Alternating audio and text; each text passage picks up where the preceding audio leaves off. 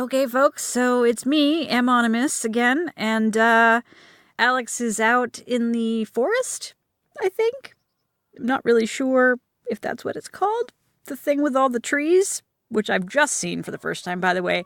Trees are very interesting creatures. I hope that you're actually conversing with them, because I tried to strike up a conversation. Strong silent type, but I found them interesting. They had a lot of stories to tell once you, interface with them correctly, which luckily I know how to do because I spent a lot of time with roots. Sit down, talk to one for a while. They've really got a lot to say. Anyway, Alex is out in that forest behind this place here that I am kept inside of, and she's given me this typewritten script, which is the intro, I guess, to this particular episode that I'm supposed to record, so here we go. Hello, listener. I'm Alex Woods, your nice neighborly host living deep in the Scandinavian forest with a bunch of unruly animals. So let's run down why and what this is and what it's going to be. Simple explanation. This is a podcast in which we'll narrate to you lesbian fan fiction and other original fiction. Here's the not-so-simple explanation. For many readers of lesfic and their authors, the journey of reading and writing started with fan fiction.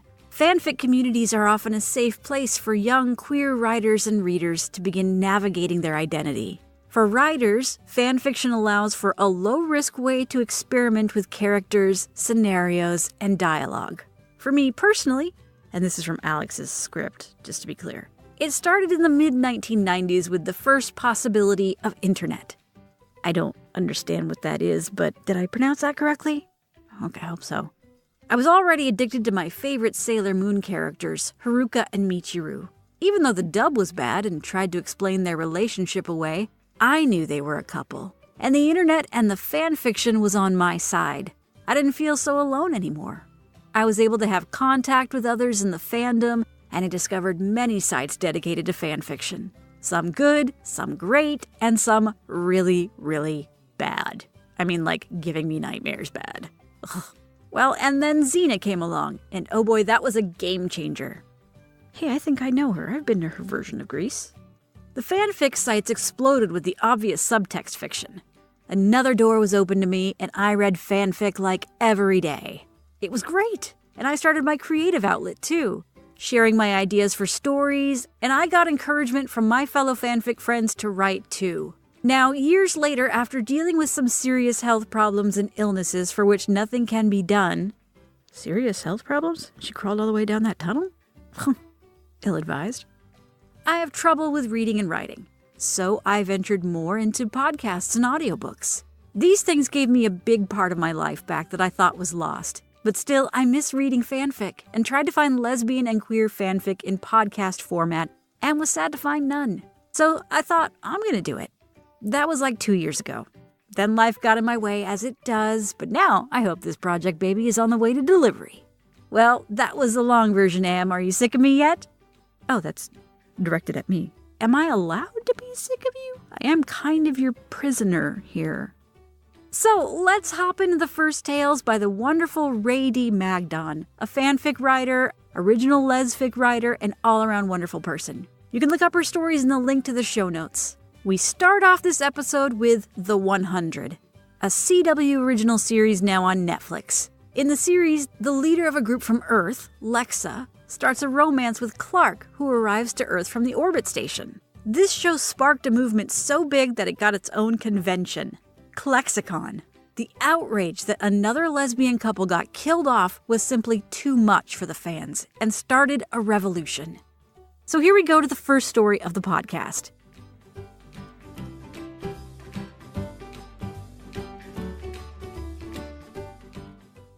Calm yourself, Clarke. It's only a scratch. Clarke ground her teeth, sucking sharply on her tongue as she unwound a strip of blood-stained cloth from Lexa's upper arm. It was most certainly more than a scratch. She could tell that before she even finished removing the bandage. And as she peeled it free, she noticed traces of hardened black blood around the wound, proof that it had bled recently. "Why didn't you tell me?" she demanded. This wasn't at all what she had had in mind when she had dragged Lexa back to their private rooms after dinner and started pulling off her clothes. "Because it didn't concern you." Clarke's eyes flashed, but she continued examining Lexa's injury despite her annoyance. She prodded its edges, pleased to see that the fluid seeping out of it seemed fresh and that there was no firmness or heat to the surrounding skin. "It absolutely does concern me," she said, dropping Lexa's arm and heading over to the drawer where she kept some basic medical supplies. From behind her, she heard Lexa heave a sigh. "I didn't want to worry you. That's about half as stupid as your first answer. Still stupid, though." She pulled out a fresh roll of bandages. Why on this beautiful new earth did Lexa always seem to go through bandages like toilet paper? And headed for the bathroom. When Lexa didn't move to follow, she gave her lover a firm look. "Come on. It needs cleaning." "I can do it myself," Lexa protested. But she followed dutifully, coming to stand beside the water basin. Luckily, Clarke could tell it had been refilled recently instead of being allowed to sit throughout the day. "Of course you can do it yourself." Clarke found that her annoyance was rapidly fading to sadness as she held Lexa's arm over the basin, running some of the clean water over it to wash away the worst of the congealed black blood. "The point is, you shouldn't have to. That's what I'm here for." Lexa didn't answer, which was just as well, because Clarke wasn't particularly in the mood to argue with her. Instead, she busied herself scrubbing the cut as closely as she could without breaking the start of its scab open. "What did this?" she asked, her brow furrowing. "A sword." "A sword." Clarke shook her head in disbelief. Lexa's answer only raised more questions. "You got sliced with a sword and didn't think it was relevant information for me to have. The cut was dressed," Lexa stated, her voice soft but firm. "I did not need a healer." "What about emotional comfort, Lexa? That's what lovers do. They come home to each other and say, 'Want to hear about the shitty day I had? Someone sliced me with a sword.' And then I'm supposed to say, 'I'm sorry you got hurt. How can I make you feel better?'" Lexa had the decency to look guilty. "I did not think of it like that." "Well, consider this a reminder. If something like this happens again, I want to know about it." Clarke reached for the disinfectant she had pulled out along with the bandages. "This part is going to, I know, get it over with." "Please," she added when Clarke gave her a sour look. Clarke felt guilty as she poured the disinfectant over Lexa's wound and registered her pained hiss. But she went about her work as quickly as possible. She wrapped the fresh bandages firmly around Lexa's arm before her lover could follow her instinct and rub at it, placing a kiss on Lexa's sweat-slicked forehead as a reward once she was finished. "There, all better. Not so bad letting yourself taken care of once in a while, is it?" Lexa didn't answer. She remained silent, staring at an empty space on the bathroom wall. The last of Clarke's annoyance evaporated. Sensing that Lexa needed her patience, she waited, gently kneading the stiff cord of her commander's shoulder. I am unaccustomed to this treatment," Lexa said at last, her eyes still far away. "Growing up, I was one of many. I was not even the most promising of my fellow Nightbloods. It was made clear to me on more than one occasion that I was, replaceable. I still am. He that is made to serve, not to be served." Despite herself, Clarke felt her eyes prick with tears. "You are not replaceable, Lexa," she said, grasping her lover's shoulder and gazing at her, willing Lexa to believe her. "Not to me." Lexa's lips trembled as if she might speak, but she did not say a word. She simply leaned forward, and the small vulnerable gesture was enough for Clarke to forgive her and more. She wrapped her arms around Lexa's waist, holding her close for several long minutes. The blanket of quiet remained wrapped around them for a long time. "Who cut you?" Clarke asked at last, her face partially buried in Lexa's neck. She felt Lexa smile against her shoulder. "Aiden." "Sparring?" "Yeah. I make an effort to show all the Nightbloods that although they have a duty to our people, they are not interchangeable." "Well, Your only duty right now is coming to bed with me, Clarke insisted. Lexa lifted her head, and when she smiled, Clarke's stomach unraveled. Oh. Yes. She cupped Lexa's cheek, leaning in for a kiss. Neither of them did much talking after that.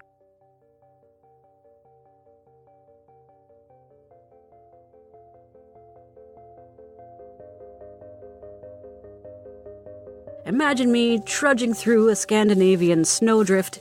I've actually never been in a snowdrift. Can you trudge through those? Anyway, trudging through the snowdrift while in search of abandoned wood to build myself my own Scandinavian cottage where I shall roast whatever Scandinavians roast. The next story, Mass Effect, is also written by Rae for another fandom that is as passionate as the one for Lexa. The epic storyline follows Shepard, a soldier destined to save the universe from the Reapers. Here's the thing about the Mass Effect games. You can choose to play a female or male Shepard, and you can romance the same people. FemShep is often paired with Liara, the member of an alien race that she met in the first game. In the latest game in the series, it seems that the couple has broken up if you choose to romance Liara. Fans don't like that, and a lot of fanfic surrounds an alternative ending to the story. So here is a story about FemShep and Liara to Sony.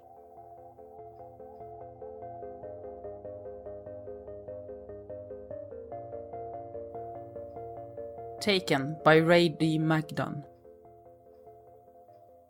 It started innocently enough, with a friendly inquiry about a bondmate from the merchant in the Presidium. Shepard frowned, wondering how the talkative Asari knew, but assumed it was just a lucky guess. Then things started getting weirder. Whispers and eyes followed her, a pair of young Asari maidens giggling behind their hands near the docking bay, a matriarch giving her a saucy wink as she passed by, even a condescending smirk from Mariah Toloke in Purgatory.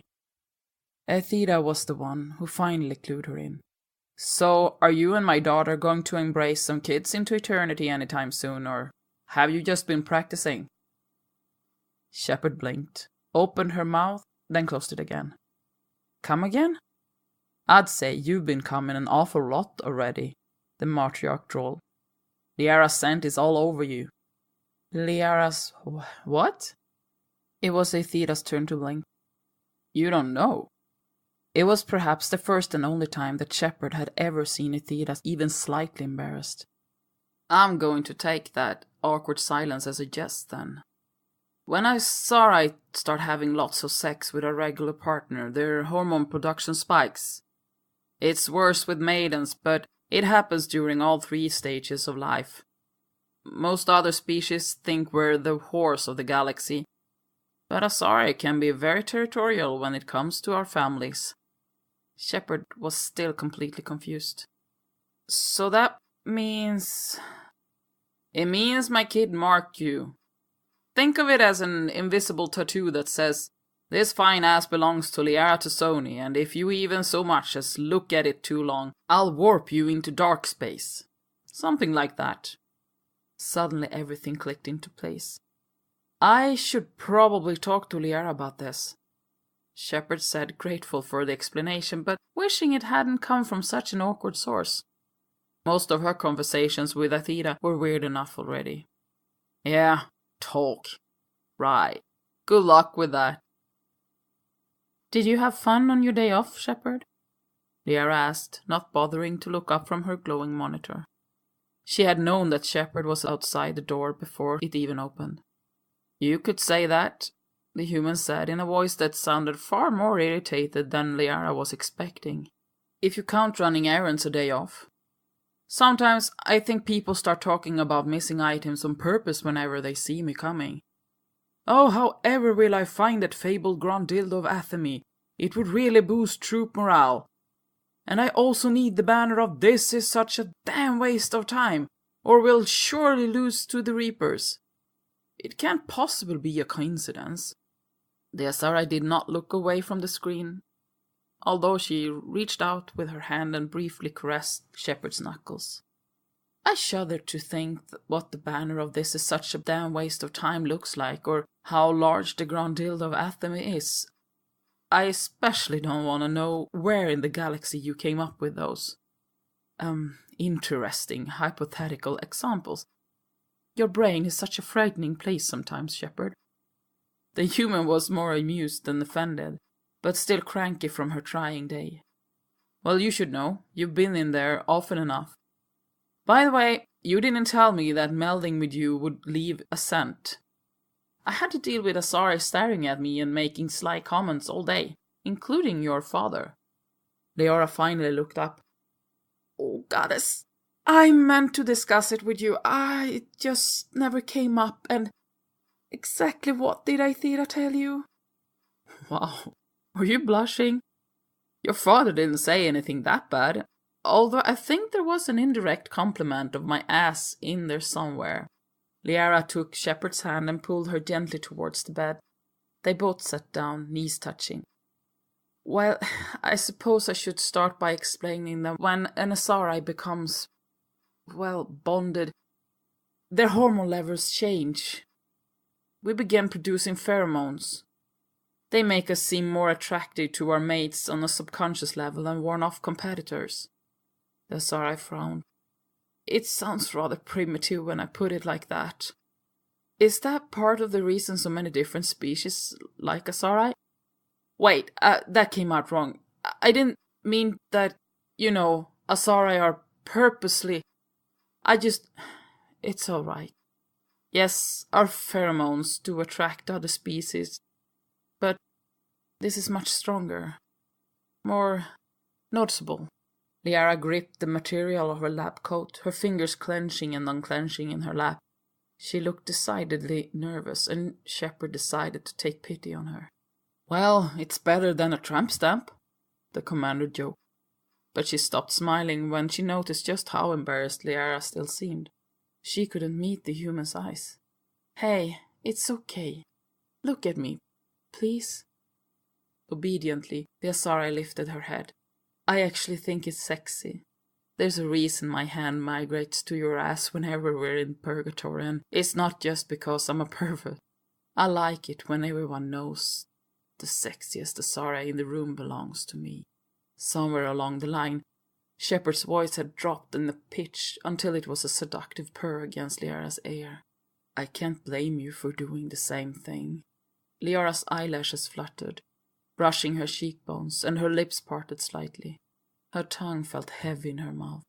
It will wear off a little, but for most part it's permanent, unless we are separated for months at a time. I'm okay with that.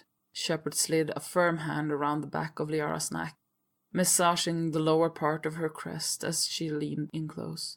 Very okay with that. But we'd better meld a lot anyway, just in case. Quickly regaining confidence, Liara crawled onto Shepard's lap, straddling the human's hips and pushing her back onto the bed. Exactly right. By the time I'm done with you, Commander, every Asari on the Citadel is going to know that you are, as the humans say, taken, in every sense of the word.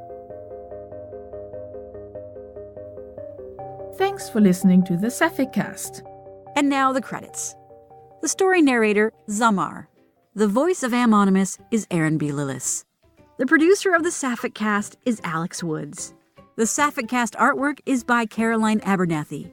The narration editor and moral support person, Mayo Ratton. All links to creators and stories can be found in our show notes at TheSapphicCast.com. Sapphic is spelled like Sappho, by the way, 2 P's and an H. You can follow us on Twitter at TheSapphicCast. Do you have a favorite girl/girl fanfiction story or original genre fiction story you'd like us to take on? Send us suggestions at our Twitter account or to our email at TheSapphicCast@gmail.com. Again, 2 P's and an H. And hey, while you're at it, tell your friends to listen and follow us. The Sapphic Cast is a Dark Quill production. Copyright 2019, all rights reserved. Thanks for listening, and please have a wonderful day.